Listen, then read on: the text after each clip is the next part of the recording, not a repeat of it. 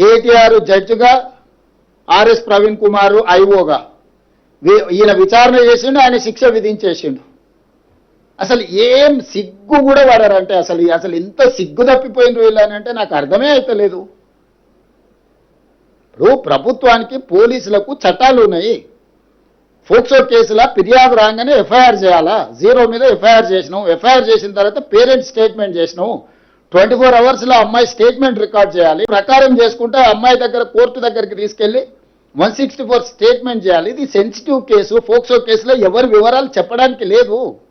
వాళ్ళలాగా రోడ్డు మీద వాడు మాట్లాడితే ఆ కుటుంబాల వేదన, ఆ అమ్మాయి కుటుంబానికి ఎంత ఆవేదన ఉంటుంది.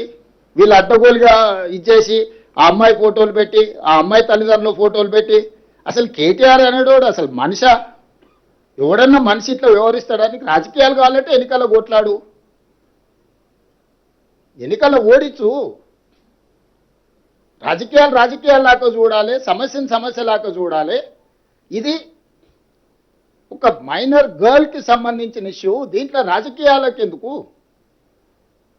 ప్రభుత్వం ఒక పద్ధతిలో చర్యలు తీసుకుంటున్నప్పుడు అందరినీ దీంతోనే మొత్తం ఒక మైనర్ అమ్మాయిని అడ్డం పెట్టుకొని రాజకీయంగా ఏదో సాధించినామని ఈ శాడిజం ఏంది? ఇది శాడిస్టిక్ ప్లెజర్ కాదా?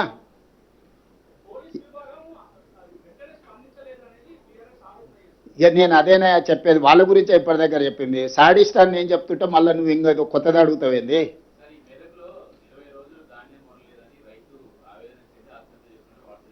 వార్తలు వచ్చినాయి, తప్పకుండా నేను కలెక్టర్కి చెప్పిన ఇమ్మీడియట్గా వెరిఫై చేయమని.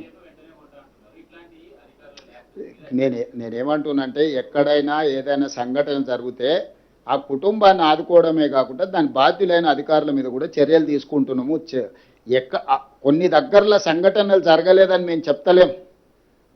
కొన్ని ప్రభుత్వం దృష్టికి రాకుండా లేకపోతే కొంతమంది నిర్లక్ష్యంతో కొన్ని మిల్లులోలు టీఆర్ఎస్కి అనుకూలంగా ఆ మిల్లులు గత ప్రభుత్వంలో 1000 కోట్లు కొల్లగొడితే వాళ్ళ మీద పీడీ యాక్ట్ పెట్టి కేసులు కట్టి కోర్టు నుంచి తెచ్చి అరెస్ట్ చేసినాం.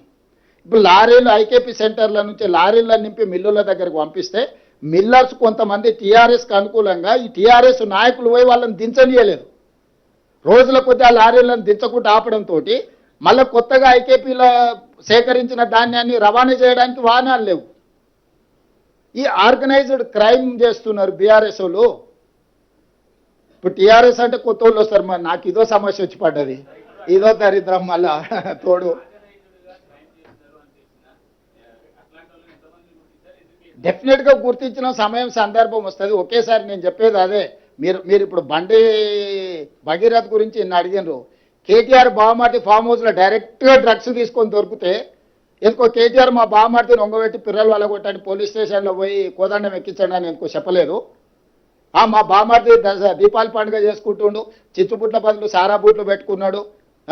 మా బావమార్తి బతిపూల బదులు గంజాయి పూలు లేకపోతే కొకేన్ పెట్టుకున్నాడు. మీరు ఎట్లా అరెస్ట్ చేస్తారని బయటకు వచ్చి మాట్లాడాను కదా. ఈ సిగ్గులేనోడు మరి బావమార్తి ఫామ్ హౌస్లో డ్రగ్స్తో దొరికితేనేమో కేసు కాదు, ఇంకో ఎమ్మెల్సీ కోడి పందాలతో దొరికిండు, దాని మీద లేదు.